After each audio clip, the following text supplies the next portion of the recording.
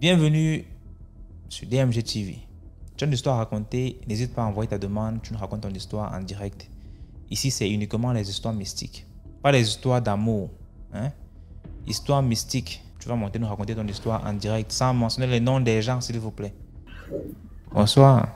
Oui, bonsoir DMG. J'espère que tu vas bien, chef. Oui, je vais... Dieu merci, je vais super bien. Ça va. Et chez vous, ça va? Très bien de mon côté. En fait, ce soir, je voulais juste raconter une petite histoire que j'ai vécue. Voilà. Parce que la plupart des histoires que je raconte, je préfère quand même raconter des histoires dont je suis témoin. Ou du moins dont j'ai été témoin. En fait, l'histoire se déroule en Côte d'Ivoire. Dans le nord de la Côte d'Ivoire. S'il y a des Ivoiriens ici, je pense qu'ils vont reconnaître un peu la ville. Dans la ville de Korogo. J'étais allé pour faire un travail dans la ville et arrivé là-bas, comme moi de déplacement, j'avais un monsieur qui faisait les mototaxis là. Voilà. Donc c'est lui qui avait décidé de me conduire en fait. Donc un jour je devais aller faire une course là, donc il a décidé de... Chemin faisant... Tu peux augmenter un peu le volume de la voix s'il te plaît? Oui, d'accord. Donc chemin faisant, on était en train de discuter et il me demandait qu'est-ce que j'étais venu faire ici dans la ville. J'ai dit non, je suis venu pour un travail qui va pas prendre du temps parce qu'on travaillait normalement sur le chantier de la construction du stade là, voilà, pour la CAN là. Donc du coup j'ai dit bon, il n'y a pas de souci. Donc c'est comme ça on a commencé à taper les divers et il m'a dit la plupart de ceux que lui transporte là, ils viennent ici pour faire un travail. Bon, moi ça m'a un peu surpris, j'ai dit quel genre de travail? Et il m'a dit non, que voilà, du genre, voilà, des travaux spirituels. J'ai dit non, que moi je suis pas là pour ça. Je suis là juste pour, voilà, pour un travail en fait, concernant le chantier là. Il m'a dit ok. Et moi en fait, vu que j'ai l'habitude d'écouter un peu les histoires sur la chaîne, donc j'ai voulu voilà, essayer de voir s'il y avait quand même une histoire derrière. Donc je lui ai demandé, mais ceux qui viennent là, c'est quel genre d'histoire? Voilà, qu'est-ce que tu les... Enfin, comment est-ce que ça se passe?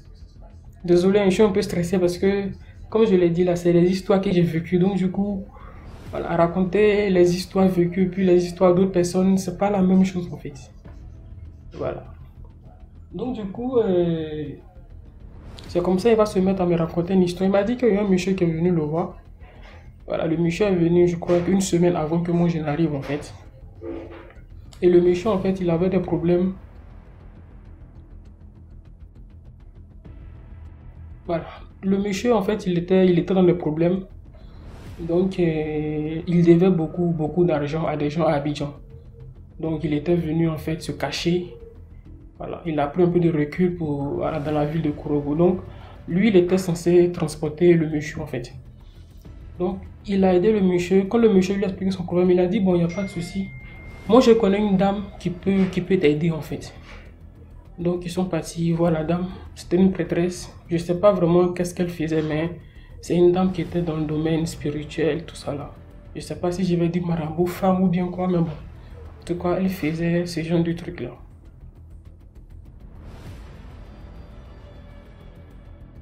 Donc du coup,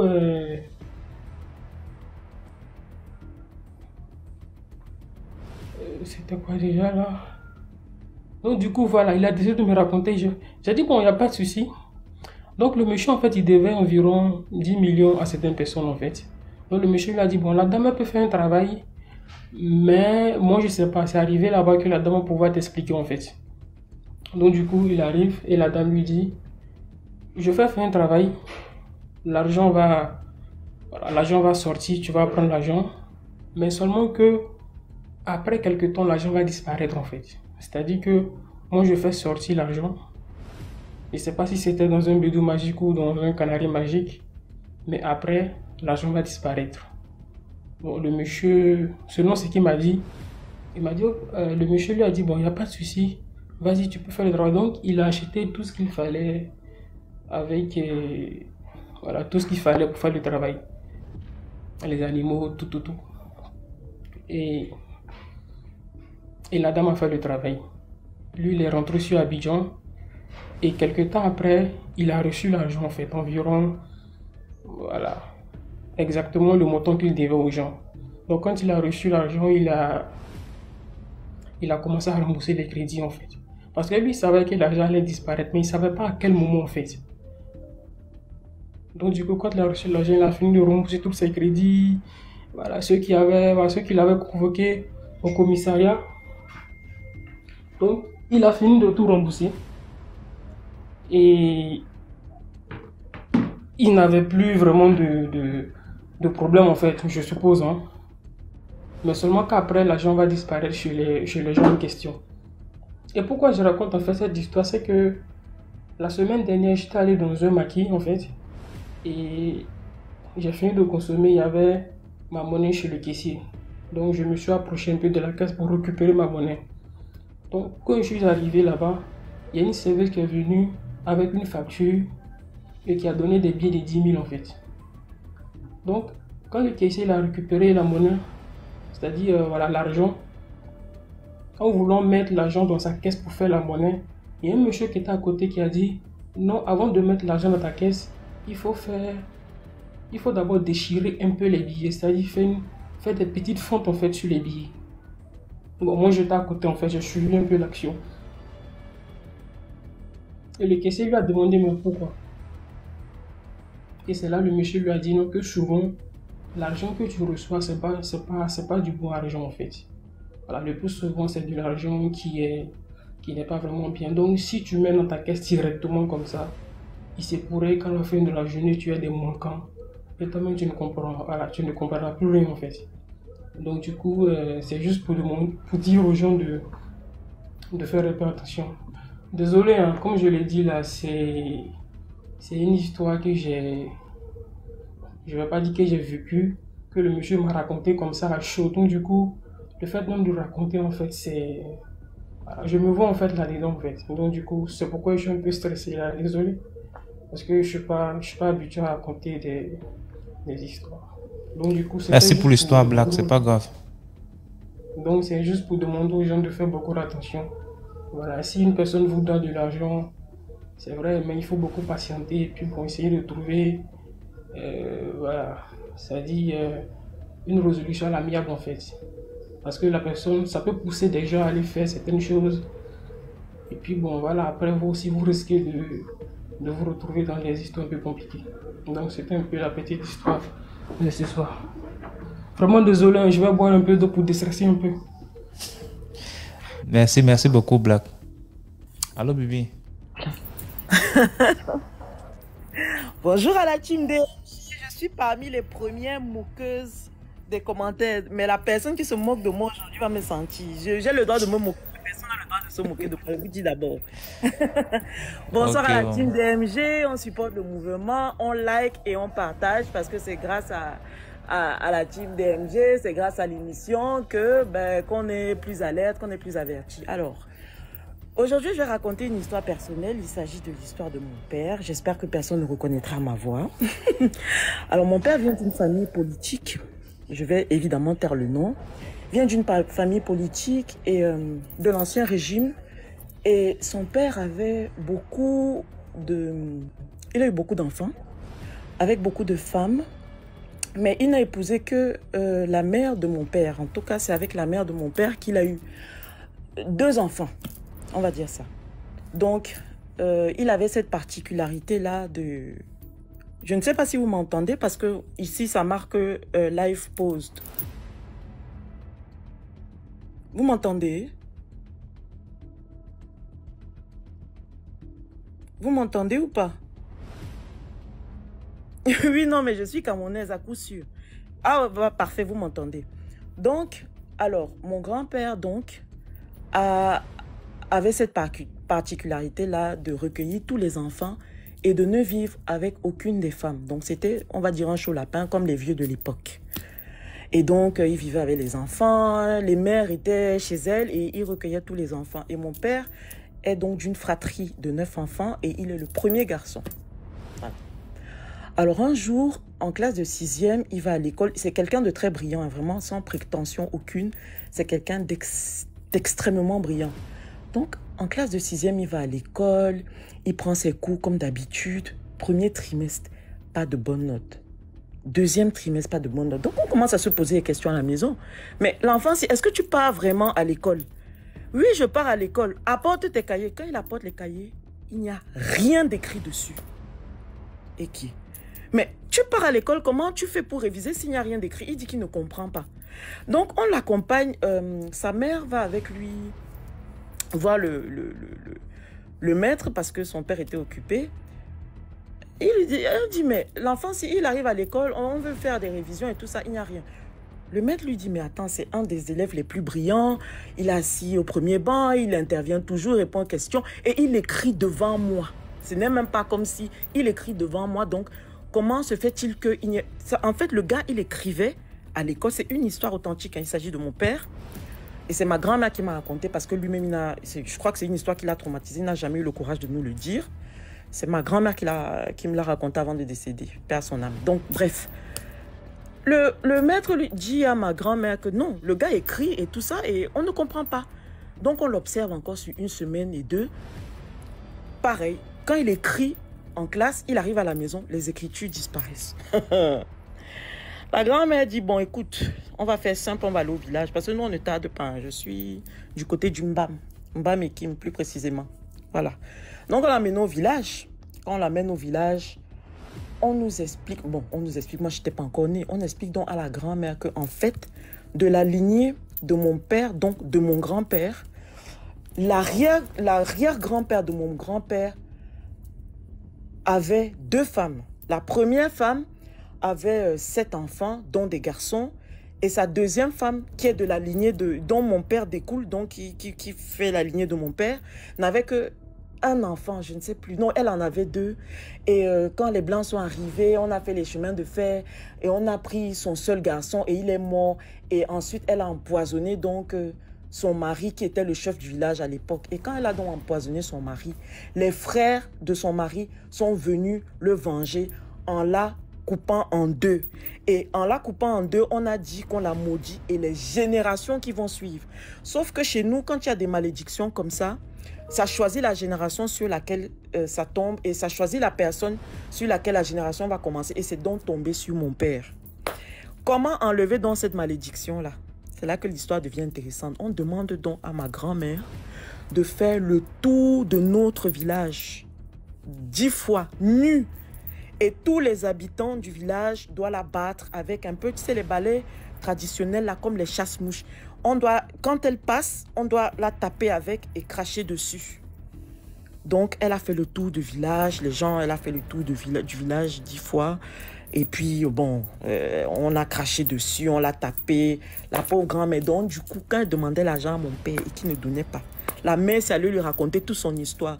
Comment on l'a craché sur elle, comment on a tapé, et c'est monté et c'est descendu. Donc voilà, c'était ça mon histoire, une histoire très courte. Mais voilà, donc souvent dans la Bible, comme on dit, l'iniquité des pères, il faut vraiment qu'on fasse attention aux actes que nous posons, nous les ascendants, parce que c'est notre descendance qui paye le prix, les pots cassés. Donc c'est ma petite histoire, ma petite contribution de la journée. On donne la force au mouvement. J'attends toujours le numéro OM, DMG. Je t'ai demandé le numéro OM pour faire mon petit don de Noël. Mais tu ne m'as pas répondu sur WhatsApp. C'est pas grave. En tout cas, je suis dans les commentaires et je vais bien me moquer de tous ceux qui vont passer après moi. Bye. D'accord, merci beaucoup, Bibi. Bonsoir, Didi. Bonsoir, DMG. Comment ça va?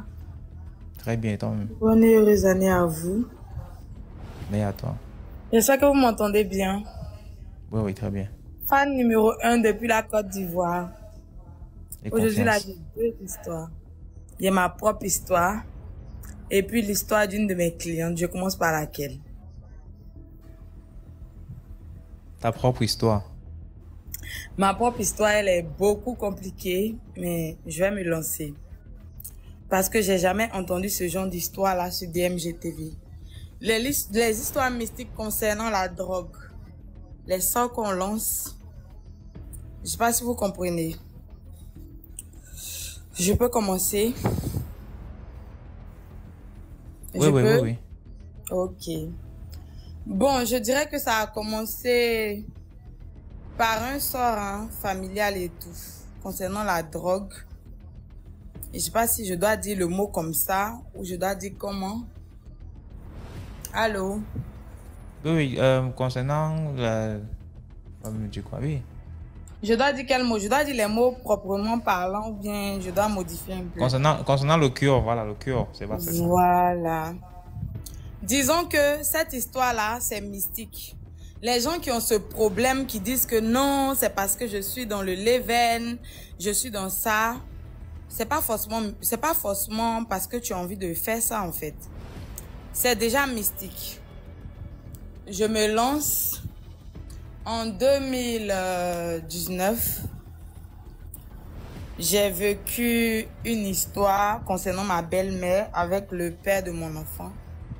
Et j'ai vu que après c'était relié à ça, à l'histoire que j'ai vécue. Allô? Allô? Allô? Allô, j'entends pas. Aïe. C'est chaud, hein?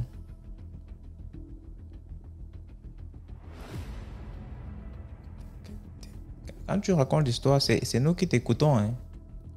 Si on ne t'écoute pas, on va te dire on ne t'écoute pas. Quand tu racontes l'histoire, je ne parle pas, hein? Donc tu n'es pas censé écouter quelque chose quand tu racontes l'histoire. Oh. Oui, je suis revenue. Un bon retour. Où? Est-ce que ton mariage n'est pas gâté? Non. Je me suis arrêté où d'abord? Tu finis de causer des causeries mielleuses romantiques avec ton gars, tu viens de demander où tu t'es arrêté. Tu t'es arrêté au Carrefour Bilon. Et qui est?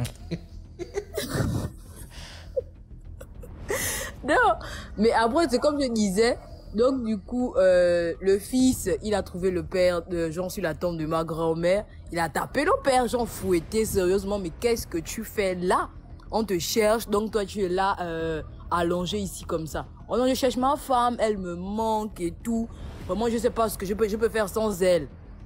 Mais après, le fils nous disait quand même qu'ils avaient signé leur pacte dans leurs choses d'abord avec eux-mêmes qui savent. Donc, après ça, il y avait plus personne. Là où il avait fait louer les maisons et autres, là, tous étaient partis. Et du coup, après, il était allé rester avec sa deuxième femme. Mais la deuxième femme, en ce moment, elle est vraiment malade. Vraiment méconnue. Vraiment, on ne sait même pas comment elle... Je ne sais pas si elle souffre du sida ou je ne sais pas quoi, mais elle est vraiment malade. Et du coup, aujourd'hui, il est aveugle. Vraiment, il est aveugle. Il ne vit qu'avec sa femme. Il a, je crois, 5 enfants ou quoi, un truc comme ça, mais les enfants ne veulent plus rester avec lui tellement il a mangé les enfants dans un genre. Et aujourd'hui, il vit qu'avec sa famille, il est aveugle. Et ma mère, elle est contente parce que bientôt elle va se marier. Donc, elle ne voulait pas que ça soit lui qui soit là, en fait, pour le mariage, en fait. Donc, elle est un peu contente à cause de ça. Et puis, bon, c'est un peu comme ça que mon histoire se termine. Merci encore à vous. D'accord, merci beaucoup pour l'histoire. D'accord. Bonsoir encore DMG. Bonsoir Didi. Voilà, je reviens encore sur mon histoire de toxicomanie. Faire savoir que la toxicomanie n'est pas forcément reliée à des personnes qui sont forcément addictives. C'est aussi spirituel. J'ai vécu une histoire comme ça, ma propre histoire, que je n'ai jamais osé expliquer à qui que ce soit. Même aux membres de ma famille. Et je vais vous l'expliquer ce soir. Tout a commencé en 2019 où j'ai eu mon premier enfant. J'ai rien compris après mon accouchement, après ma dépression postpartum, comme certains le disent. Je suis tombée dans une histoire de toxicomanie. je suis tombée dans une histoire qui parle de... Hey, laissez-moi raconter l'histoire, s'il vous plaît. Je suis déjà stressée. J'ai jamais osé expliquer cette histoire, donc je commence. Déjà, ça a commencé en 2019 où j'ai jamais touché à quoi que ce soit. Et puis après mon accouchement, ma belle-mère déjà, elle ne m'aimait pas du tout. Et puis je supposais aussi que la dame, elle n'était pas forcément quelqu'un de saine en fait. Elle avait déjà des aspects de sorcière en quelque sorte. Donc en 2019, après mon accouchement, comme je le disais, je tombe avec des gens, déjà une relation qui est un homme qui était déjà toxicomane. J'ai rencontré beaucoup de personnes comme ça à qui je me suis jamais approchée. Je sais pas si je parle bien. Voilà. Mon français est très mélangé. S'il vous plaît, laissez-moi raconter l'histoire, s'il vous plaît. Je suis déjà stressée, c'est ma propre histoire. Donc, faut pas lire les commentaires, faut se montrer concentrer sur l'histoire. Voilà, ok, je vais plus lire les commentaires. Déjà, le monsieur, il est tombé dans ma vie du jour au lendemain. Après que j'ai découvert que ma belle-mère était une sorcière, en fait. Vous voyez, j'ai fréquenté des ghettos, comme on le dit. Des ghettos, j'ai jamais écouté une histoire de DMG où on parle de toxicomanie. Et moi, je vais en parler aujourd'hui. Tous les frères qui sont dans la toxicomanie, c'est pas forcément relié à des addictions. Il y a un côté spirituel là-dedans, en fait, parce que j'avais jamais essayé de toucher à quoi que ce soit, en fait, qui concerne la toxicomanie. J'ai rencontré un monsieur, un homme de Dieu qui est très connu dans mon pays, qui est très connu, qui était toxicomane et qui m'a fait plonger dans la toxicomanie. J'ai vu beaucoup de choses, je suis allée dans beaucoup de coins, comme on appelle ghetto, dans mon pays, en Côte d'Ivoire. Je suis allée avec ce monsieur-là plusieurs fois que j'ai rencontré aussi par le biais d'une amie. Et puis, je n'étais jamais dans ce monde-là, en fait. Je ne sais pas si vous comprenez. Je n'ai jamais été dans ce monde-là. Et là, quand je partais, je le suivais. Il m'a montré comment ça se fait et tout. J'ai eu beaucoup peur. J'ai eu vraiment beaucoup peur. Je me disais, mais attends, j'ai jamais été dans ce monde-là. Comment ça se fait que je me retrouve dans ce monde et puis avec ces personnes-là? J'accompagnais cet homme de Dieu, comme je disais. Je l'accompagnais. Il me mettait dans certains leven, comme on le dit, dans le jargon des toxicomanes, comme je répète encore. Et après, j'ai vu que j'arrivais plus à me contenir. J'étais plus la personne que je connaissais en fait. Quand je me regardais dans le miroir, après avoir fait ce que je disais, je me reconnaissais plus. Et puis c'était le haut leven, c'est pas le leven en bas. Vu que c'est TikTok, je vais cacher les mots. J'étais dans un leven vraiment fort. Quand je finissais et puis je me regardais, je disais mais attendez, je suis possédée ou bien c'est quoi? Parce que je me reconnais plus. Et cet homme de Dieu, quand je le regardais, il me disait aussi que allons en cure de désintoxication. Je veux vraiment revenir à la personne que j'étais avant. Sa femme l'appelait souvent et tout. Sa femme l'appelait souvent quand on était ensemble et tout. Il me disait que allons en cure de désintoxication. Je comprends. Mais lui, il a dit, mais moi, je suis pas toxicomane, hein. Moi, je suis venue te trouver dans quelque chose, on s'est connu. Et puis, j'ai plongé dans la chose sans vraiment m'en rendre compte, en fait. Et puis, je vois que c'est comme un esprit qui me possède. J'arrive plus à me contrôler. Des fois, je sortais même à 1h du matin. Je laissais mon nouveau-né. Je sortais à 1h du matin, aller forcément où le monsieur se trouvait. Et après, je connaissais pas Dieu en ce temps. Je connaissais vraiment pas Dieu en 2019. Et j'ai commencé à prier. Je dis à Dieu, mais attends, j'ai jamais vécu ça. Ça là, je connais pas. Mais dans quel coup, je vais venir me retrouver avec des gens même qui sont toxicomanes jusqu'à arriver à un certain level. J'ai fait peut-être 3 ou 4 à 5 mois dans cette histoire où j'ai vu que c'était vraiment une possession. Une possession mystique même.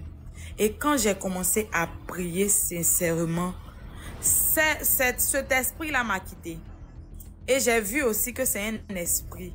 Donc, toutes ces personnes qui sont toxicomanes, qui sont dans le haut leven, qui se disent que non, le leven, c'est parce que j'aime ce leven-là. Non, non, non, non, non. C'est pas parce que vous aimez ce leven, c'est un esprit. C'est un esprit souvent qui vous possède sans le savoir. Et par la grâce de Dieu, j'ai pu quitter cette vie en quelques mois et quitter cet homme de Dieu. Et aussi pour ceux qui disent que les hommes de Dieu sont forcément les plus parfaits, là, non, arrêtez. Quand Dieu décide de mettre une certaine, je ne sais pas si on dit un certain châtiment sur la vie d'un être humain, là, vous devez le relever haut. Vous ne devez pas vous laisser tomber pour dire que non, c'est parce que ça m'est arrivé que je dois rester à l'intérieur. Je ne sais pas comment je vais bien expliquer, mais bon, je préfère arrêter comme ça, DMG. Voilà, je préfère arrêter. Je vais faire un vocal sur ça très prochainement, Inch'Allah. Voilà. D'accord, merci beaucoup pour l'histoire. Ok, merci. Bonsoir, Larisso.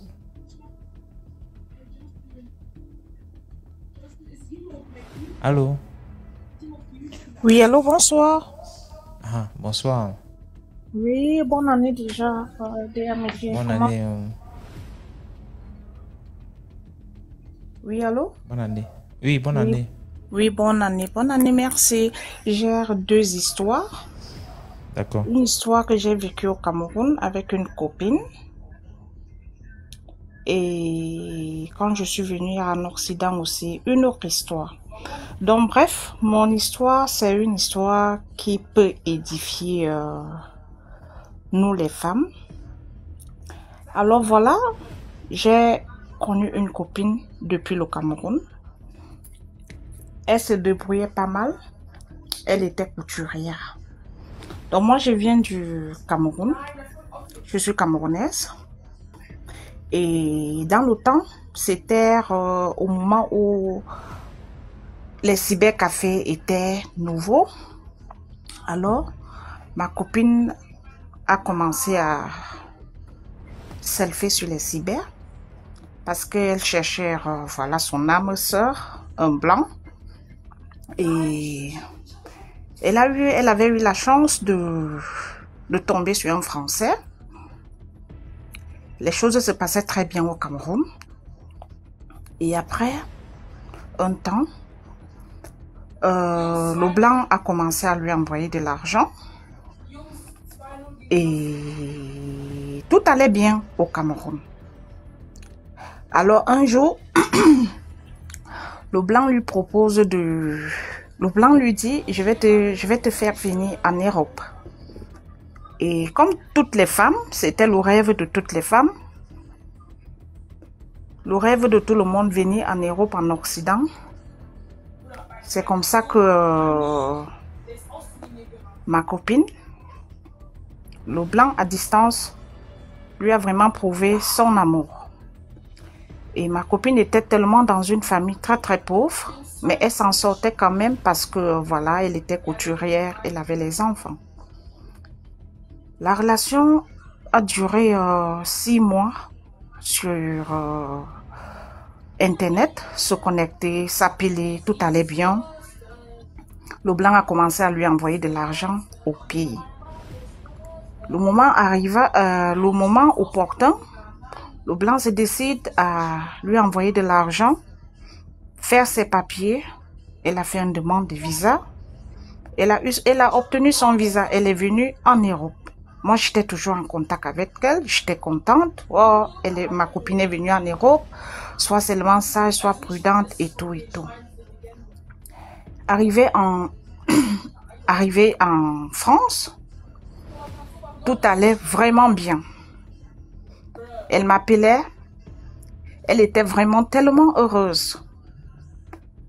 Après 6 mois, ma copine a commencé à vivre ce qu'on appelle un calvaire. Elle m'appelait. En ce moment-là, il n'y avait pas trop les téléphones. C'était, bon, les appels, peut-être qu'elle me dit, voilà, elle m'écrit, il faut être au cyber à partir de telle heure, je vais t'appeler.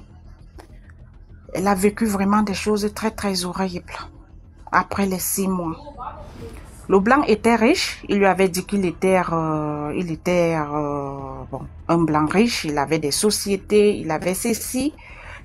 Et après 6 mois, au bout de 6 mois, quand elle était déjà en France, le blanc lui dit, voilà, elle a commencé à voir comment son mari a commencé à changer, tout le temps le stress. Elle demande à son mari qu'est-ce qui ne va pas. Son mari lui dit, pour le moment, rien ne va. Pour le moment, j'ai des problèmes. Pour le moment, ça ne va pas. Je veux rester seule et tout et tout. Je veux d'abord me consacrer. Le blanc avait une très très grande maison que je n'ai pas mentionnée.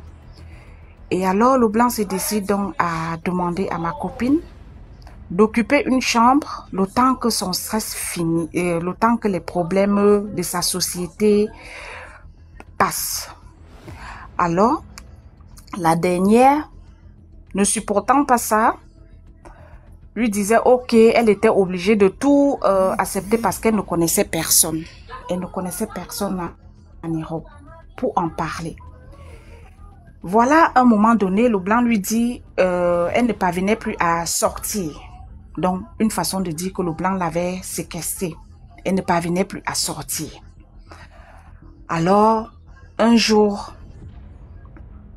elle avait occupé la chambre que le blanc avait proposée, mais c'était un blanc qui était très très compliqué. La chambre qui a été proposée par ma copine était une chambre là où le blanc faisait souvent, comment je peux dire, comment on peut invoquer quelque chose, les trucs mystiques et tout. Alors un temps, ma copine ne se sentait plus bien, elle ne savait quoi faire. Un jour, elle se retrouve que le blanc est entré dans la chambre autour de minuit. Elle écoute la porte s'ouvrir. Elle ne voit personne. Elle se retourne. Elle ne voit personne. Dans le sommeil, elle s'est endormie. Et après, sous la couette, elle avait ressenti un bruit. Je vous dis, c'est une histoire vraie qui m'a traumatisée quand j'étais au Cameroun. Pardon. Elle ressent un bruit sous la couette.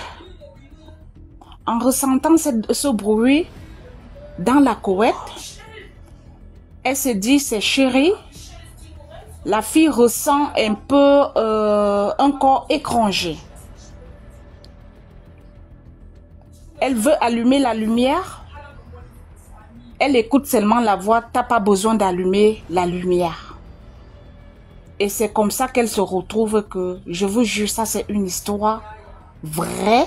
Je dis bien une copine. Aujourd'hui, elle n'est plus en vie. Et quand elle se retrouve comme ça, c'était un serpent. Alors, le serpent a fait l'amour. Laisse-toi faire. J'étais venue en Europe avec beaucoup d'argent que je t'envoyais au Cameroun. C'est le prix à payer. Elle écoutait seulement le serpent qui parlait, donc une voix. Alors, la fille, voulant se battre, elle ne pouvait pas se défendre. Et quand elle voulait se relever, le serpent a versé un liquide blanc sur elle. Je ne sais pas comment ça s'est passé, comme elle était rentrée au pays, elle nous a expliqué ça comme ça là. Elle se lève à la première heure. Elle demande à son mari, chérie, j'ai vécu quelque chose dans la chambre. Le blanc ne voulait pas l'écouter. Et quand elle est sortie, elle est tombée sur un Camerounais. C'est une artiste, je vais taire le nom. Il lui a dit, grand frère, j'ai besoin de votre aide. Sauvez-moi. Je venais de vivre une histoire. Voilà 6 mois, je suis venue en Europe. Je n'ai pas de contact, je connais personne. Je veux juste que vous m'aidez. Le monsieur devait partir, l'artiste devait partir faire, il avait un rendez-vous quelque part.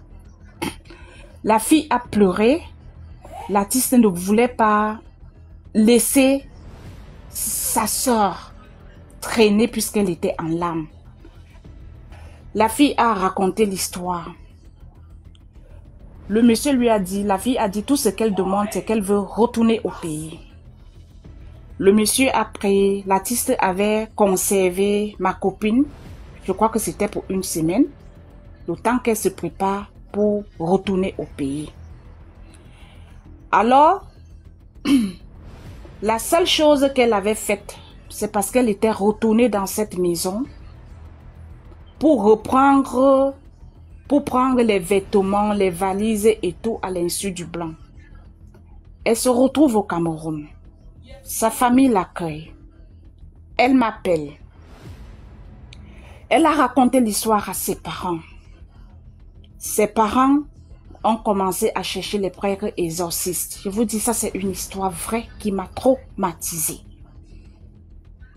Ses parents ont commencé à chercher les prêtres exorcistes de partout, les marabouts partout.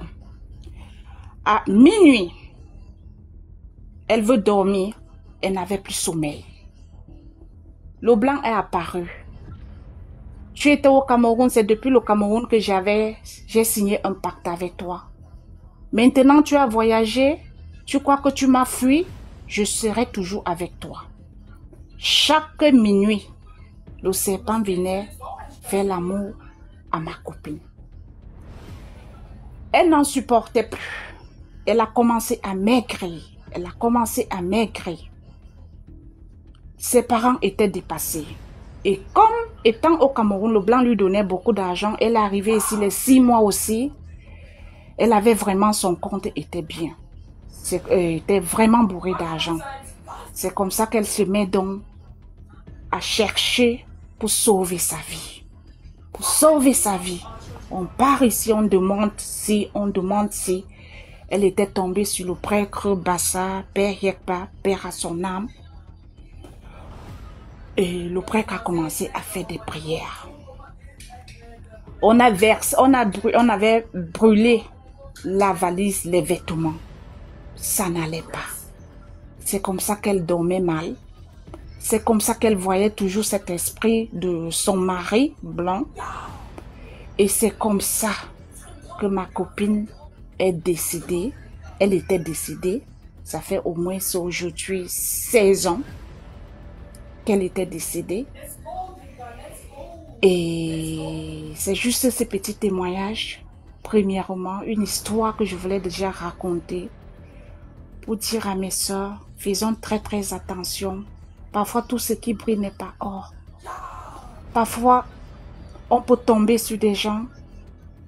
Ce n'est pas seulement qu'en Afrique que les choses se passent. Même ici, en Europe, les Blancs sont compliqués.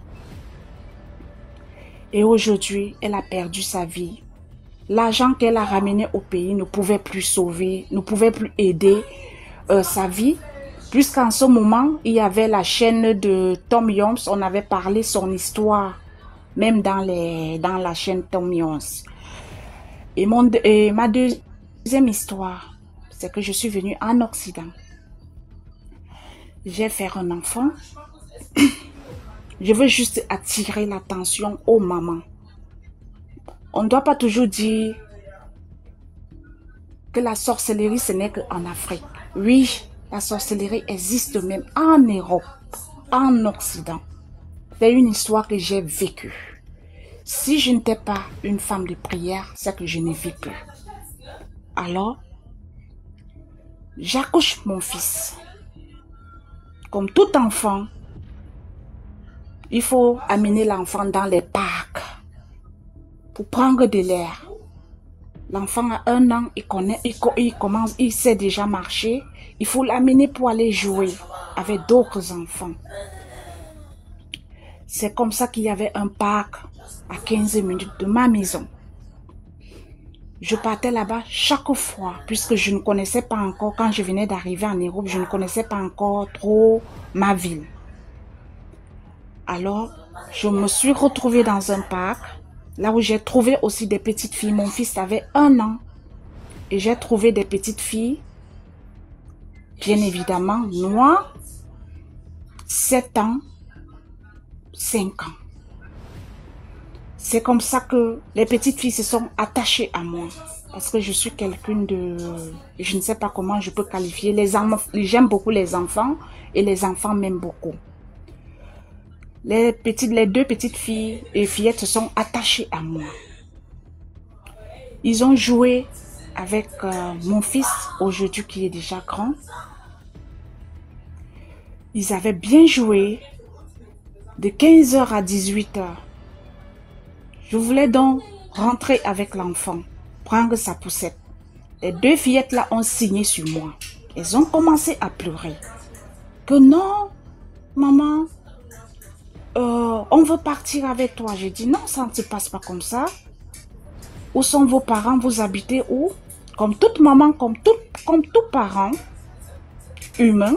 J'ai dit non, ça ne se passe pas comme ça. La petite de 7 ans a dit non, vous êtes très gentil. Je veux venir voir la maison. J'ai dit ok.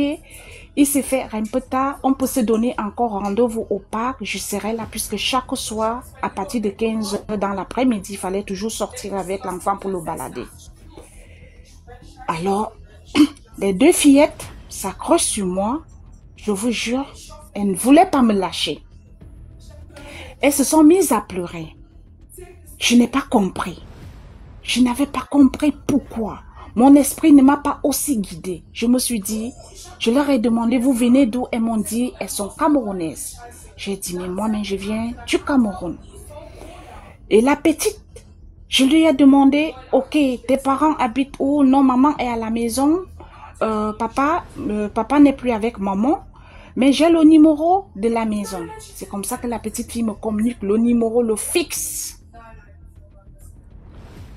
Elle me donne le numéro du fils, j'arrive à la maison, j'appelle. Vous êtes bien arrivé, je me présente déjà à la maman. Je me suis présentée. J'ai dit vraiment, vous aviez des enfants, vos fillettes sont vraiment magnifiques. On a passé du temps, elles ont bien joué avec mon fils, mais vraiment, franchement, elles voulaient qu'on rentre. Je ne les connais pas, je ne vous connais pas. Et voilà, j'ai donné un peu des conseils à la maman qu'il faudrait qu'elle essaye d'éduquer ses enfants parce que tu ne vas pas voir quelqu'un en route, tu ne la connais pas et tu t'accroches. Alors que c'était des choses compliquées. Mon frère, tu seras très choqué de ce que j'ai vécu. Je me lance dans la relation. Elle a enregistré mon numéro. Elle a commencé à m'appeler. Elle s'appelait chaque soir. Et je me rencontrais toujours au parc avec les enfants. Parfois, j'avais des bonbons. Je partageais les biscuits. Les enfants étaient bien. Alors, elle m'a donc dit, elle voulait... elle doit aller au Cameroun le mois prochain. Je lui ai dit, ah, ok, d'accord. C'était une Caribéenne. J'ai dit, d'accord, moi-même je suis camerounaise. Le moment venu, je pourrais faire un paquet à ma maman. Tout allait bien. Moi, je n'étais pas encore prête pour la recevoir, mais elle me mettait une pression. C'est quelque chose que j'ai vécu. Moi, personnellement, que j'ai vécu et qui m'a traumatisée avec des relations ici en Europe, en Occident. Alors, elle me met la pression qu'elle veut venir voir la maison. Je lui ai dit, c'est mieux quand tu vas rentrer, quand tu rentreras de ton voyage, on pourra s'inviter. Elle a insisté. La dame est venue à la maison avec les enfants. Je les ai très bien reçus. Mon frère, dans la vie, il y a les signes qui ne trompent pas. Parfois, Dieu te fait des dessins sur des actes ou sur des scènes. Mais il faut juste avoir la vigilance de comprendre certains signes. Elle me demande, je voulais servir du jus. Elle avait tenu le verre. Le verre s'est cassé. Je n'habitais pas avec le père de l'enfant. Le père de mon fils m'a dit, maman, ça c'est un très très mauvais signe. Quand elles sont parties, tu l'as connue où? Je dis, ah, tu sais, moi je venais d'arriver ici, je n'ai pas de relation, je suis seulement à la maison. Voilà, moi j'ai connu les enfants, je lui ai expliqué. Il me dit, chez nous, si quelqu'un vient te rendre visite, l'ovaire se casse, ce sont des mauvais signes. Quelque chose se passe, ce sont des mauvais signes. C'était l'alarme. Mais moi, j'ai été Thomas. Je n'avais pas écouté ça comme ça. Et je lui ai dit, chez nous aussi, ça se passe comme ça. Une semaine après, elle m'a dit, je t'invite. Partie remise. Je suis partie avec mon fils. Elle n'habitait pas loin de chez moi. Je suis partie avec mon fils. Nous sommes partis autour de 15 heures. Elle avait fait du poisson braisé. Elle m'a reçu dans la cuisine, donc comme une façon de dire, elle avait sa salle à manger au niveau de la cuisine. On est resté dans les divers. J'ai mangé. Nous sommes allés s'asseoir au salon. La dame m'a demandé qu'elle veut me montrer quelque chose dans sa chambre. En ce moment, moi je n'étais pas, j'étais trop dans les réseaux sociaux, je m'étais retirée des réseaux sociaux. Elle me dit, je te vois, tu te mets trop bien. Voilà, j'ai des sites que tu peux voir, que tu peux essayer d'acheter les choses à bas prix. Les riches qui partent déposer les choses et tout, machin. Mon frère, TMG, pardon, parce que c'est l'allemand gay, excuse-moi. C'est comme ça que je m'assois. Elle m'amène dans sa chambre. Elle me met devant l'ordinateur. Elle est en train de me montrer les sites. Elle m'enregistre dans un site là où il fallait voir les vêtements et tout. Je lui dis, moi, j'aime pas trop les histoires des habits de seconde main parce que ces gens-là, je ne sais pas comment. Elle me dit, non, tu vas aimer. Mon frère, je n'ai pas fait 15 minutes sur l'ordinateur. Mon frère, quelque chose m'a frappé. Bam! C'est comme ça que je suis tombée sur son lit. Comme je mets des verres, mes lunettes se sont cassées. Je dis, Seigneur Jésus. Elle commence à crier, ça va. J'ai presque perdu connaissance. Je ne sais pas ce qui m'avait frappé dans cette chambre. Qu'est-ce qui ne va pas? J'écoutais seulement juste comment mon garçon d'un an criait. Maman, il criait, il pleurait. C'est-à-dire, à l'instant, mon visage a commencé à enfler. J'étais dépassée.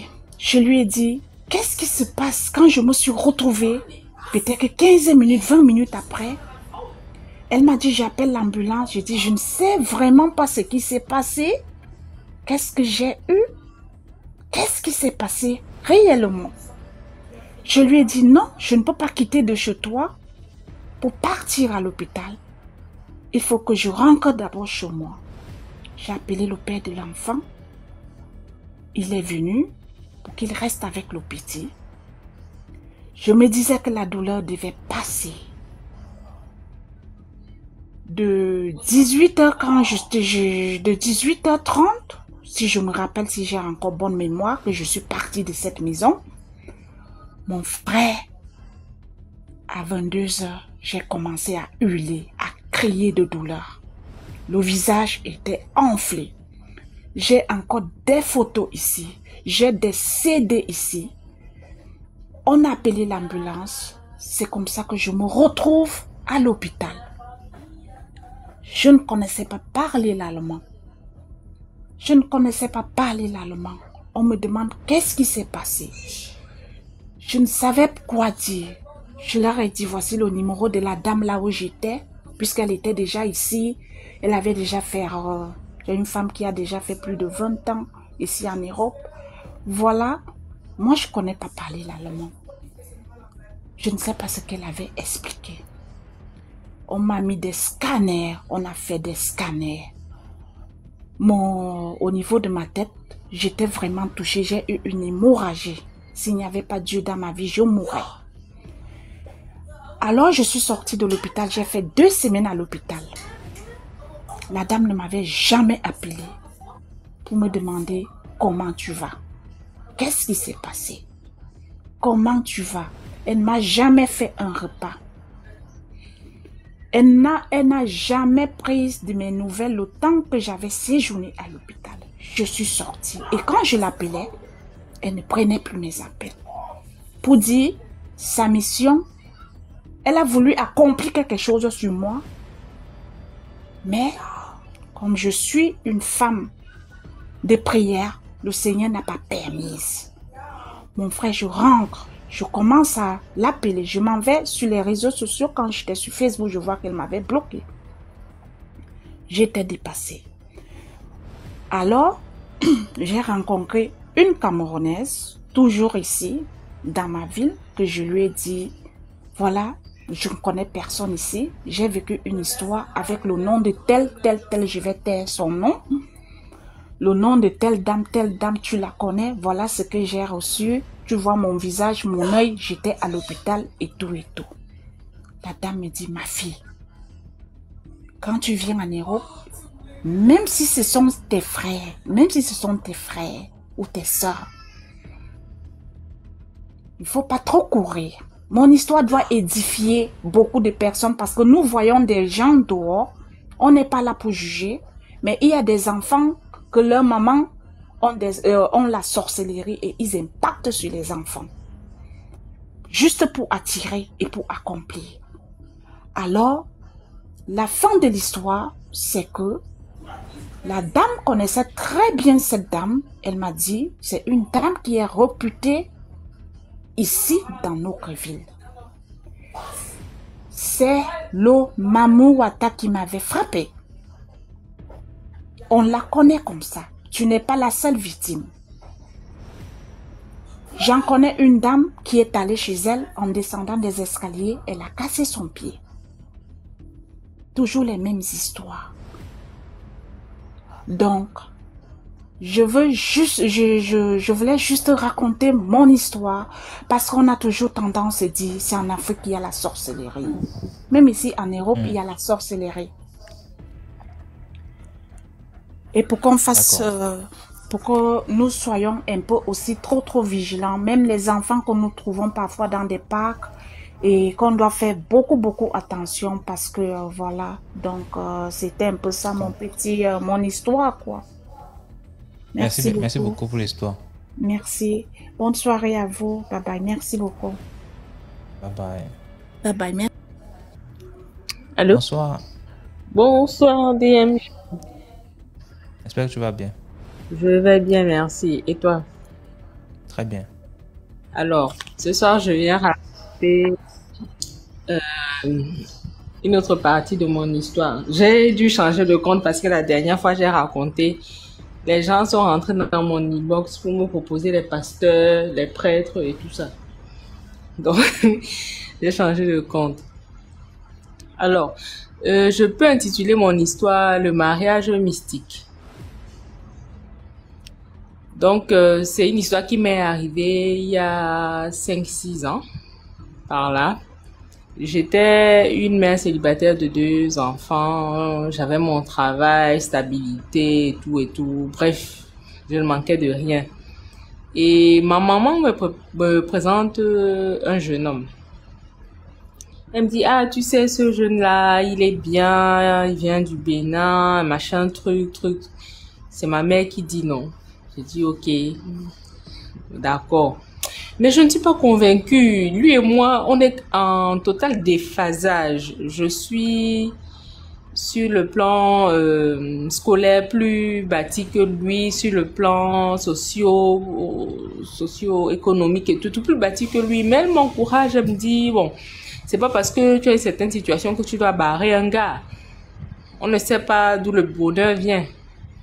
Donc j'accepte. Je me mets avec le gars. J'ai honte, hein. Je ne cache pas, j'ai quand même honte parce que toutes mes amies me regardent et me demandent, mais qu'est-ce que tu fous de ta vie là? Je commence avec lui, ça évolue. À un moment, très tôt, 3-4 mois après, il veut déjà aménager avec moi. Et c'est moi qui ai la maison, hein. Il vient habiter chez moi, il utilise déjà ma voiture, mon chauffeur, jusqu'à moi, il part au travail en moto. Bon, jusque-là, il me dit que bon, j'ai trouvé le bon gars. La nuit, on est là, on dort. Quand tu dors, parfois tu es là, quand tu émerges un peu du sommeil là, tu as un sommeil, tu vois comment le gars est en train de mettre les mains, soit tu t'étends, soit tu ton front, il appuie, il parle. Mais je fais semblant de dormir, je ne dis rien. Ça se passe 1 mois, 2 mois, 3 mois. Après, je peux avoir quand même un membre de la famille. Je dis que, ah, voilà ce qui se passe. On me dit que, bon, le gars, il leur donne l'argent. Donc, ils sont contents. Donc, tout le monde me dit que, bon, c'est ton mari là-bas, il faut seulement aller. Après, il commence à me botter, taper et tout, et tout, et tout. Je supporte. Parce que personne dans ma maison, dans ma famille ne veut rien entendre. Ma belle famille m'adore. Je suis le man. Je suis tombé du ciel. Maintenant, quand est-ce que ça commence? La nuit. Maintenant, arrivé à un moment, la nuit, tu veux dormir. C'est la bagarre. C'est du genre, il dort. Tu le vois physiquement couché à côté de toi, il dort. Mais spirituellement, il est en train de bagarrer avec toi. Vous bagarrez toute la nuit jusqu'à le matin. Le matin, tu te lèves, tu regardes encore la même personne. Et après, il dit qu'il ne te parle plus. À un moment, il dit qu'il change déjà de chambre. Il dit, d'accord, il n'y a pas de problème. Après, ma mère vient s'installer à la maison. Papa, ma mère vient s'installer à la maison. Elle dort seulement dans la chambre avec mon mari. Parce que moi, j'ai dit que je fais la chambre séparée. Je ne veux pas qu'on aille me tuer là-bas la nuit. Ma mère vient. Je dis qu'il y a la chambre d'amis. Maman, voilà la chambre d'amis. Les enfants ont leur chambre. Elle dit que non. Il faut qu'elle cause avec lui. Elle dort seulement avec lui. Alors que les deux... Attends. Comme tu as entendu là. Non, comme tu as entendu. Donc, en fait, les deux étaient maris spirituels. Et ils sont venus sur moi. Pourquoi? C'est pas le gars qui me cherche. C'est pas le gars qui me cherche. C'est ma mère qui me cherche. Elle est pas, comme elle n'arrive pas à m'atteindre, elle est partie recruter le gars pour qu'il vienne m'épouser. Comme ça, elle a accès à moi. Donc, c'est comme ça que le gars, elle commence à dormir maintenant avec le gars. Quand j'ai un problème... Ouais, attends, je parle. Après, tu vas parler. Pardon. Donc, quand je veux même parler, c'est elle qui répond. Si je veux parler au gars, c'est elle qui répond. Et on ne comprend plus rien. Tout le monde dans la famille commence à se poser des questions. J'étais là, j'avais mon travail, j'étais même directrice logistique d'une société. Hein. Du jour au lendemain, j'arrive au bureau, on me licencie. Dès qu'on me licencie, le gars gagne un contrat. Hein? Le genre de contrat dont il n'a jamais rêvé dans sa vie. Je me retrouve à la maison. Maintenant, c'est lui qui part au travail. C'est moi qui avais la voiture, on utilisait tous les deux. Il prend ma voiture, il peut faire l'accident. La voiture se casse. Il sort là, je n'ai pas acheté la voiture maison neuve. Il conduit jusqu'à... On m'interdit même de monter dans la voiture là. Donc, chaque chose que je perds dans ma vie, il gagne dans sa vie. Quand je vais me plaindre chez ma maman, que regarde alors, maintenant, c'est ma voiture qu'on utilisait. Maintenant, qu'il n'y a plus ma voiture, il a acheté la voiture, il m'interdit de monter dans la voiture. En fait, comment il me dit que mais ça fait quoi? C'est dans le couple, il y a les histoires qu'on doit rembourser, que l'homme, s'il casse la voiture de sa femme, il doit rembourser. Il dit que donc maintenant, là, ça signifie que même les enfants partaient à l'école en moto. En moto, c'est que sa voiture, là, c'est lui et ma mater seulement qui montaient dedans. Moi-même, je n'avais pas le droit de monter dedans. C'est comme ça que les choses se passent, les problèmes, la grossesse entre. Tout le monde me dit qu'il faut faire l'enfant, ça va le calmer. La grossesse entre. C'est ça qui est en train de bavarder derrière moi, là. Non, mais fais pas ça. Comment ça, c'est ça qui est en train de parler derrière moi? Elle est née, elle a grandi, non? Donc, j'accouche alors, non? C'est là où alors, quand je tombe enceinte, le gars me demande de quel droit je tombe enceinte. De quel droit je tombe enceinte. Que lui, le contrat qu'il avait signé avec ma mère, c'était qu'il venait seulement pour gâter. Il devait gâter ma vie, gâter mon travail, gâter tout, gâter mes relations, tout gâter. Maintenant, c'est quoi que moi je pars lui sortir, que je fais l'enfant sur ça. Que lui n'est pas dans l'affaire d'enfant là. Donc, c'est-à-dire que si j'accouche, si je tente et j'ose d'accoucher là, c'est que moi-même et l'enfant là, on part. parce que lui ne veut pas les responsabilités. Ce n'était pas dans son contrat. Je ne vais pas confronter ma mère. Je lui dis que mais voilà ce que ton beau-fils dit. Elle a nié jusqu'à accepter que oui, c'est moi qui ai fait. Et puis quoi alors? Depuis que tu as la voiture, tu es en train de nous narguer ici. J'ai dit que maman, je te nargue. Je te nargue comment? Tout ce que tu veux faire, tu me demandes la voiture, je te donne. Tout ce que tu veux faire, mon salaire même, c'est toi c'est à toi que je donne. Parce que je n'en ai pas besoin. La société prend beaucoup de choses en charge à la maison. Elle dit que non, jamais. Que pourquoi moi je vais être heureuse. Elle, mon père ne l'avait pas épousée. Quand elle est tombée enceinte, certes, il s'est occupé de moi, mais il ne l'a pas épousée. Il allait épouser une autre femme. Et comme c'est lui que j'aime plus, elle ne peut pas accepter que moi je me marie et que je sois heureuse. Donc, il faut que je sache là dans ma vie que elle ne va jamais me laisser la paix. Donc, comme j'ai démasqué son plan là, que ce n'est pas fini, que ce n'est que le début là-bas. Une femme qui a couché un enfant, hein, c'est comme ça que les problèmes commencent. Problème sur problème. Jusqu'à le gars était dépassé, il a fui. Il m'a dit clairement hein, que comme tu vois là, moi je suis venue parce qu'on m'a envoyé dans ta vie. C'est ta mère qui m'a envoyé pour te détruire. Moi j'ai accompli ma mission.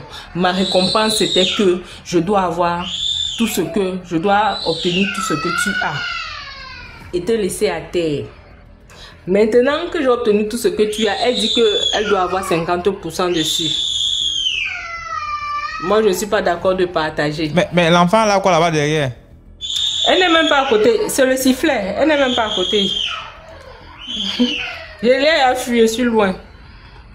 Son frère là arrive. Je veux dire qu'elle pleure comme ça pour rien. Non, je t'ai dit que c'est le sifflet qu'on m'a donné là. Tu as fait, maintenant j'étais alors où?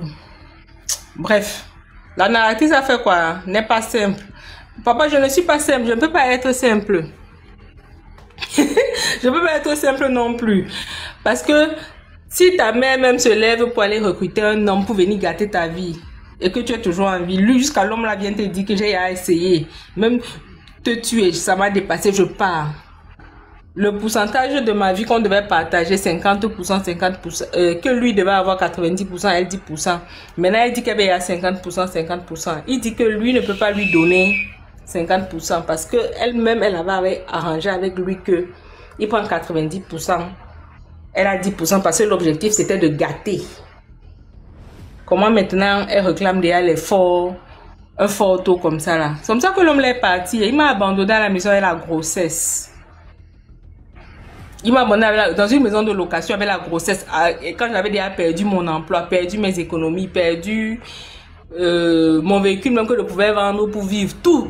Je me suis retrouvée comme ça là, au carrefour. Maintenant je me tourne, je ne vais pas me tourner vers ma mère. Puisque tu sais qu'il y a toujours cette lueur là qui te fait croire que ton parent fait quoi, t'aimes non. Tu retournes. C'est là où elle-même me sort alors les cartes. Que non, tu viens faire quoi chez moi? Hein, tu as dépassé ton mari là-bas, il t'a chassé, il t'a abandonné, tu viens faire quoi? C'est comme ça que je me suis battue jusqu'à... J'ai accouché ma fille, que tu as entendu crier là. Et j'ai dû j'ai dû recommencer à zéro. Tu t'imagines quand tu quittes un poste de directrice pour commencer à chercher le stage comme stagiaire. Comme stagiaire assistante bureautique. Parce que quand tu pars même avec ton dossier, on regarde, on te dit que oui, mais nous, on n'a pas les moyens pour te payer. On peut seulement te donner un petit stage d'assistante bureautique et tout. Alors que tu étais directrice. Les portes fermées partout. Jusqu'à ce que je viendrai raconter la deuxième... Je risque d'être trop longue. Je viendrai raconter la deuxième partie là quand il y aura du temps. Ou bien je vais demander à remonter un peu plus tard. D'accord. Merci beaucoup. Ok.